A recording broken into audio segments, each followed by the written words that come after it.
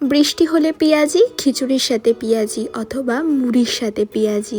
পেঁয়াজি কিন্তু সব কিছুর সাথেই বেশ মানিয়ে যায়। গরম গরম পেঁয়াজি আর তার সাথে মুড়ি, কাঁচা লঙ্কা, ব্যাস সন্ধে পুরো হিট। প্রথমে বেশ কিছুটা পরিমাণে পেঁয়াজ আর কাঁচা লঙ্কাকে কুচি করে নিয়েছি। দিয়ে দেবো 2 চামচ পরিমাণে বেসন, 1 চামচ চালের গুঁড়ো, স্বাদ অনুযায়ী নুন, হলুদ গুঁড়ো, জিরের গুঁড়ো, ভাজা জিরে আর ধনের গুঁড়ো, সব কিছুকে ভালোভাবে একটু মিশিয়ে নেব। মেশানো হয়ে গেলে একদম সামান্য পরিমাণে জল ব্যবহার করব, যেহেতু পেঁয়াজ নিজস্ব জল ছাড়বে তাই অল্প জল ব্যবহার করে ভালোভাবে মেখে এরম হাতের সাহায্যে একটু পাতলা করে নেব। এবারে কড়াইতে বেশ কিছুটা সর্ষের তেল গরম করে চ্যাপটা চ্যাপটা করে পেঁয়াজিগুলো ছেড়ে দেবো।